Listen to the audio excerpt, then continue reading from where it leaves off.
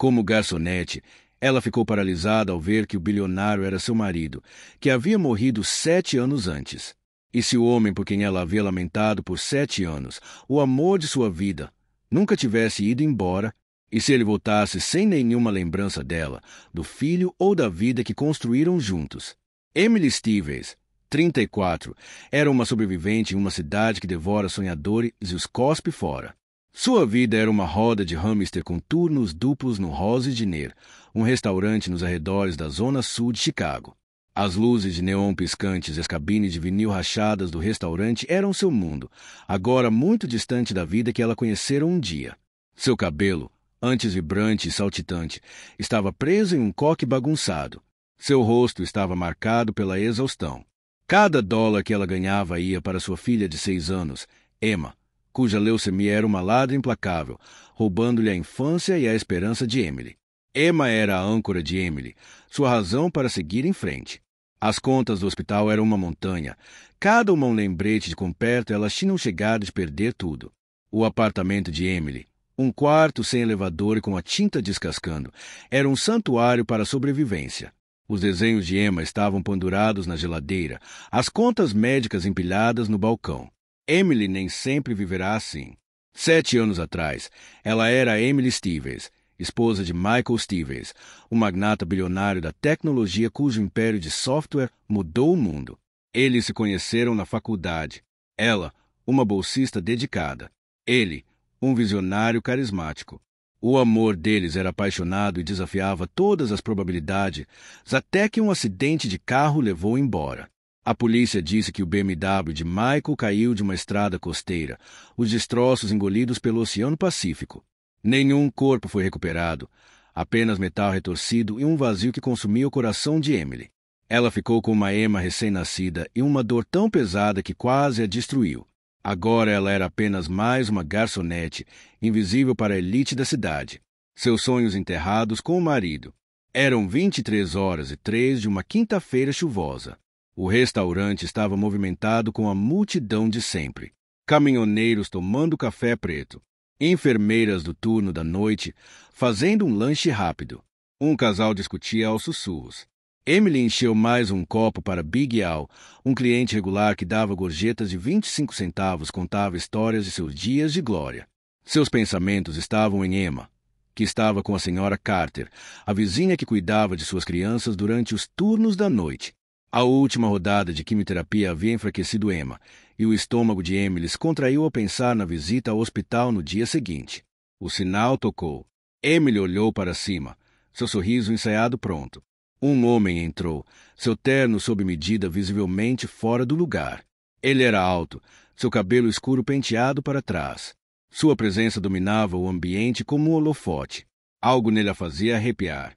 Ela pegou um cardápio, seus pés se movendo no piloto automático, mas ao se aproximar da mesa dele, sua respiração ficou presa na garganta. O rosto dele, o queixo pontudo, os olhos verdes, a leve cicatriz acima da sobrancelha esquerda foram um soco no estômago. "Boa noite", disse ela, com a voz trêmula. "O que você quer?" Ele ergueu os olhos, o olhar frio e desconhecido. "Café preto", disse ele, a voz como uma lâmina cortando as memórias dela. O cardápio escorregou de suas mãos e caiu no chão. Os joelhos de Emily cederam e ela agarrou a beirada da mesa. Era Michael, o seu Michael, o homem que morrera 7 anos antes. O coração de Emily batia forte contra as costelas. Uma batida de tambor abafou o barulho do restaurante. O tilintar dos pratos, as jukeboxes, o pequeno estalo. A risada de Jane no balcão desapareceu. Tudo o que ela viu foi Michael. O rosto dele estava mais velho, cheio de rugas que ela não reconheceu, mas era ele. A cicatriz, a inclinação da boca, o jeito como tamborilava os dedos na mesa, era inconfundível. Mas seus olhos, aqueles olhos verdes nos quais ela se afogou 1000 vezes, estavam vazios. Não havia reconhecimento, nem calor, senhora. O tom dele era educado e tingido de impaciência. "Você está bem." Emily piscou, com a boca seca. "Desculpe, vou pegar um café fresco." Ela se abaixou para pegar o cardápio. Suas mãos tremiam tanto que ela quase as deixou cair. Eles só me lembram de alguém. Ele me deu um sorriso tenso do tipo que você oferece um estranho que está agindo estranho. Acontece café. Por favor, ela assentiu e deu um passo para trás. Seus pensamentos eram um turbilhão. Não podia ser ele. Ela tinha visto as fotos da polícia. Metal retorcido, vidro quebrado, penhasco, onde seu carro bateu. Ela fez seu funeral, ficou ao lado de um túmulo vazio. Suas lágrimas encharcaram a terra. Michael estava morto. Então quem era esse homem no balcão? Ela serviu seu café e derramou metade. Jane, sua colega, uma fumante inveterada na casa dos 50 anos, com um coração de ouro, levantou uma sobrancelha. Você parece com ela. O que há de errado? Nada, Emily. Mentiu, sua voz fina, apenas cansada. Mas ela não estava cansada, ela estava surtando. Ela trouxe seu café e evitou seus olhos. Seus dedos roçaram os dele enquanto ela colocava a xícara para baixo. Toque. Enviou um choque através de suas memórias. O riso de Michael, sua mão na dela, o jeito que ele sussurrou seu nome no escuro. Ela recuou para a cozinha, encostada na parede, sua respiração em ataques sobressaltos. Ela perdeu a cabeça. A dor tinha pregado peças nela. Antes de ouvir Michael na multidão, sua voz ao vento. Mas isso era diferente, era real. Quando voltou, ele ainda estava lá, mexendo em um telefone chique que gritava por dinheiro. Ela o observou por trás do balcão. Seu terno era feito sob medida. Seu relógio era um Rolex que pagaria 1 ano de aluguel. Ele tinha a mesma confiança de Michael, mas havia uma dureza nele. Um lado frio que ela não reconhecia. Ela precisava conhecer. Ela se escondeu. Aproximou-se da mesa dele novamente. Recargas? Ele olhou para Claro. Serviu-as lentamente, procurando as palavras. Você é de Chicago? Não, disse ele em um tom seco. Estou aqui apenas a negócios. Que negócios? Ele ergueu uma sobrancelha, divertido, mas reservado. Investimento em tecnologia, startups. Por quê? Seu estômago embrulhou. O mundo de Michelle. Só curiosidade. Você parece alguém. Eu conheci alguém desse mundo. Seu sorriso não desapareceu, mas seus olhos se estreitaram ligeiramente. Deve ser um sósia. Qual é o seu nome? Perguntou ela, com o coração disparado. James. Ele disse James Carter. O nome foi um tapa na cara. Não Michael. James. Ela murmurou algo sobre receber o cheque dele e fugiu. Sua visão ficou turva. James Carter, um estranho, mas sua alma gritava o contrário.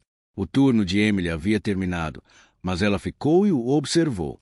Ele pagou em dinheiro e deixou uma gorjeta de $50, extravagante para um café de $4, e saiu na chuva, seguindo-o. O casaco dela estava encharcado, seus tênis escorregaram no asfalto. Ele entrou em um SUV preto, com os vidros escuros o obscurecendo. Ela memorizou o número da placa, sua mente a mil. Ela não sabia por quê, mas precisava de uma prova de que ele era real. Em casa, Emma dormia no sofá da senhora Harris, seu pequeno corpo enrolado sob um cobertor. Emily a carregou para o apartamento e a aconchegou. A cabeça careca de Emma, um lembrete gritante de sua doença, fez o peito de Emily doer.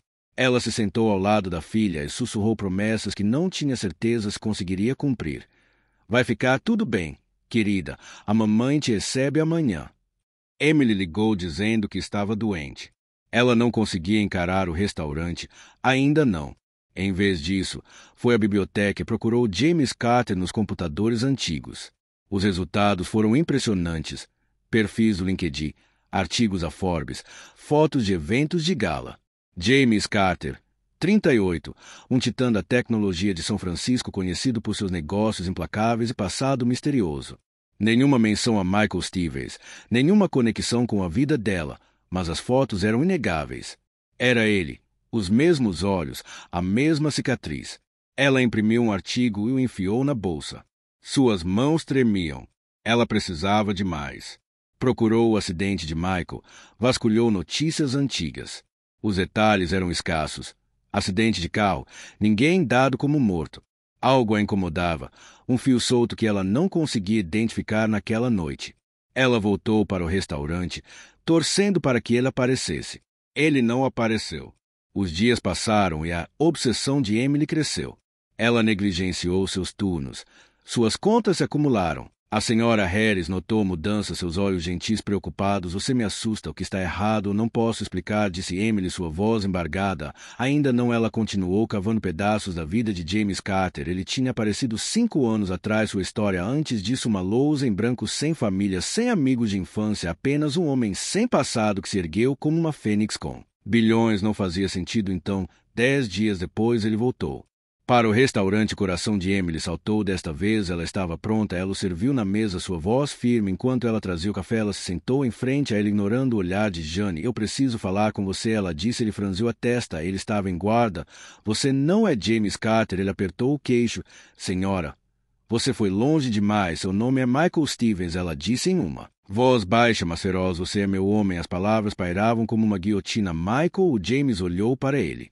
Seus olhos apertados. Você pegou o cara errado, não é? Ela disse. Lágrimas escorriam. Você está 7 anos atrás. Eu te enterrei, mas você está aqui. Eu mereço saber porque ele se inclinou para trás, expirou bruscamente. Isso é loucura. Eu não sou quem você pensa que eu sou. Então explique. Que ela empurrou o artigo pela mesa. O rosto dele olhou para cima da imprensa brilhante. É você, mas você é Michael Stevens. Nós éramos casados, temos uma filha. Ele olhou para o artigo, então para ela sua expressão era ilegível. Eu não te conheço, eu não tenho uma filha. As palavras estavam matando. Ela lutou para manter sua voz firme. Você estava em um acidente de carro. Eles disseram que você morreu. Como você chegou aqui? Ele esfregou suas têmporas. Seus pacientes se desgastam bem. Eu mordo. Eu estava em um acidente, sim, 7 anos atrás. Acordei em um hospital sem memória, sem nome. Eles me disseram que eu tive sorte de estar vivo. Eu comecei de novo. Foi isso o mundo de Emily. Estava desmoronando. A amnésia explicou impossível. E aprofundou a ferida. Você não se lembra de mim de jeito nenhum. Ele balançou a cabeça, sua voz mais suave agora. Desculpe, eu não vou fazer isso. Ela queria gritar para que ele pudesse vê-la. Em vez disso, ela sussurrou. O nome da nossa filha é Emma. Ela tem 6 anos. Ela tem leucemia. Ela precisa de você. O rosto dele se contraiu. Pena, talvez, mas não reconhecimento. Não sou seu marido. Sinto muito pelo seu filho, mas não posso ajudá-lo. Ele ficou parado ali e jogou uma nota de $100 na mesa. Não me siga mais. Emily o observou ir embora, com o coração partido, sabendo que ele estava vivo, mas não era dela. Não mais. Emily não conseguia soltá-lo. Ela o seguiu até o hotel, uma torre reluzente no centro da cidade que irradiava riqueza. O contraste com a vida dela era simples. Saguões de mármore, lustres. Dormam em uniformes impecáveis. Ela esperou do lado de fora do restaurante. O avental estava enfiado no bolso, suas mãos cerradas em punhos. Quando ele saiu, ela se colocou na frente dele. Michael, por favor. Ele parou. O desespero a atingiu. Eu te disse, pare de mentir. Sua voz ecoou, chamando a atenção. Você é meu marido. Você me prometeu a eternidade. Você não pode simplesmente ir embora. Ela tirou uma foto da bolsa. Ela e Michael no dia do casamento, rindo em um campo ensolarado. Olha isso. Me diz que não é você. Ele tirou a foto. Seus dedos permaneceram na imagem por um momento, sua guarda baixando, seu olhar examinando os rostos. Não eu. Ele ficou em silêncio, balançando a cabeça. Eu não conheço esse homem. Então conheça Emma. Ela implorou. Olhe para ela. Talvez isso desencadeie alguma coisa. Ele hesitou, seu maxilar trabalhando contra seu bom senso. Ele assentiu. Uma visita. Então você me deixa em paz. Eles dirigiram para o hospital em silêncio, a cidade passando por eles. Emma estava acordada, seu pequeno corpo, perdido na cama do hospital, seus olhos brilhando quando ela viu Emily, mãe. Emily se ajoelhou e acariciou a bochecha de Emma. Ei, querida, eu trouxe uma amiga. Michael ficou paralisado no lugar. Seu olhar estava fixo em Emma. Seus olhos verdes, seus olhos encaravam de volta. Oi, ela disse, sua voz fraca, mas brilhante. Algo quebrou na expressão de Michael. Ela parece. Ele parou de balançar a cabeça. Eu não consigo fazer isso. Ele saiu correndo, deixando Emily com uma Emma soluçante e um coração partido. A raiva de Emily se tornou sua motivação. Se Michael não se lembrasse, ela forçaria a verdade. Ela penhorou o anel de sua mãe para contratar um investigador particular, um ex-policial grisalho chamado Rei Delgado. Ela chegou ao fundo do acidente de Michael e descobriu uma verdade terrível. O acidente não foi um acidente. As linhas de freio foram cortadas. Relatório policial foi excluído. Alguém queria Michael morto. A pista levou a Victor Lang. O ex-parceiro de negócio de Michael, Lang, havia desaparecido após o acidente, mas R.Y. o encontrou em um bar em Gary, Indiana. Emily o confrontou. Seu telefone gravando seu coração batendo forte. Você tentou matar meu marido, ela disse, sua voz firme apesar do medo. Lang sorriu, seus olhos vermelhos.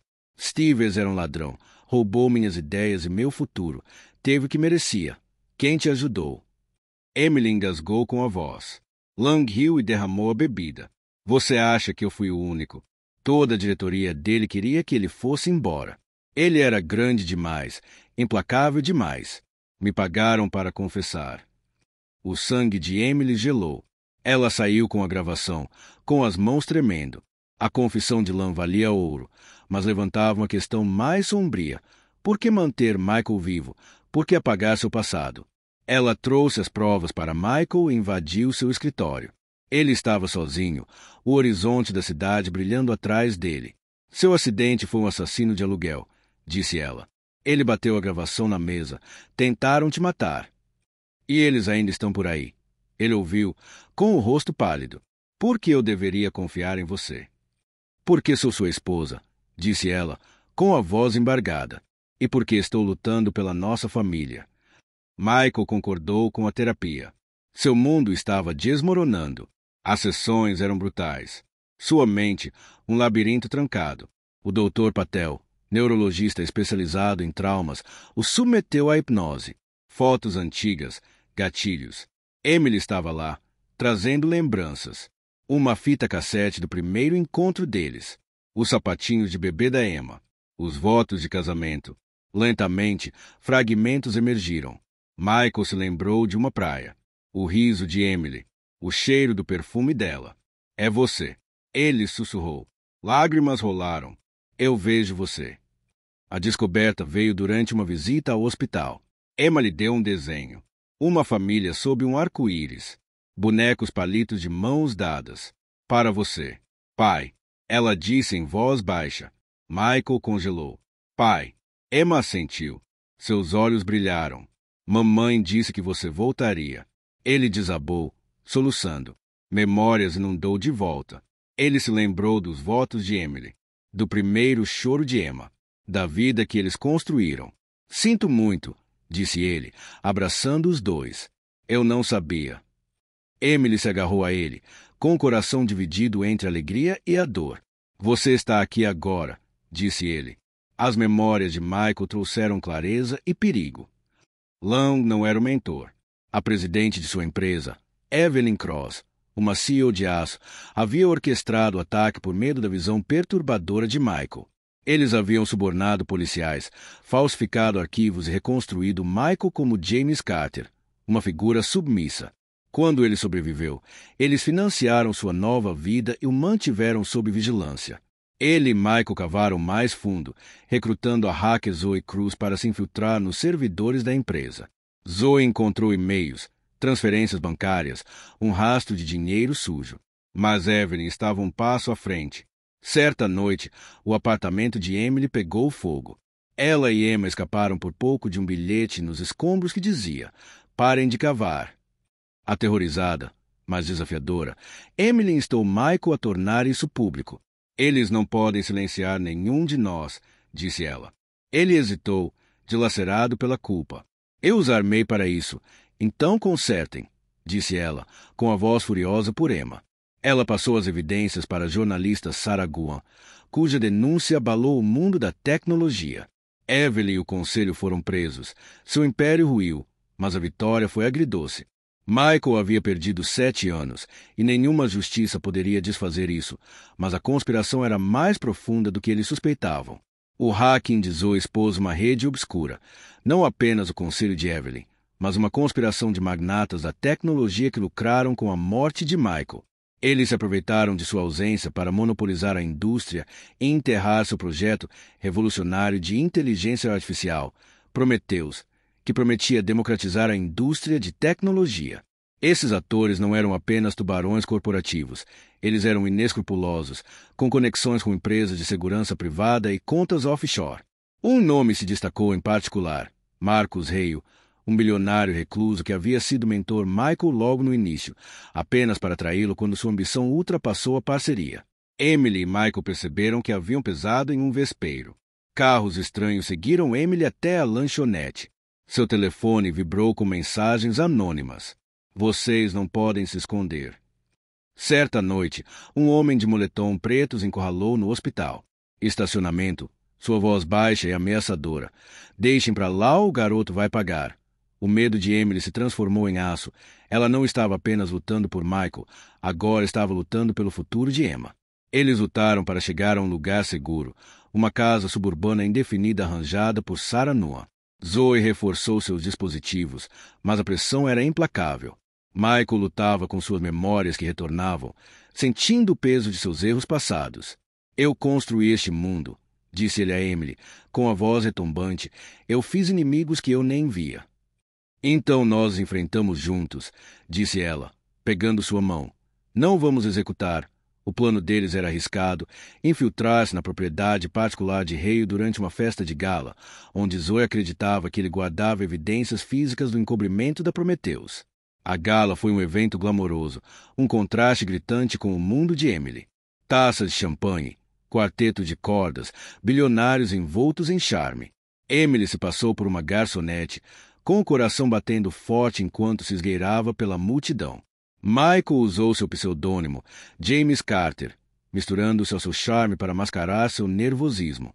No escritório de Hale, eles encontraram um disco rígido com o rótulo Prometheus, mas quando Zoe decifrou remotamente, os alarmes soaram. As forças de segurança de Hale invadiram e o disfarce de Emily foi descoberto em uma perseguição de tirar o fôlego. Michael lutou contra os guardas, seus instintos aguçados pelas memórias de uma vida que ele havia esquecido. Eles escaparam por um triz. O disco rígido nas mãos de Emily revelou tudo. Prometheus não era apenas um software, mas um projeto para uma inteligência artificial livre de código aberto que poderia ter nivelado o campo de jogo.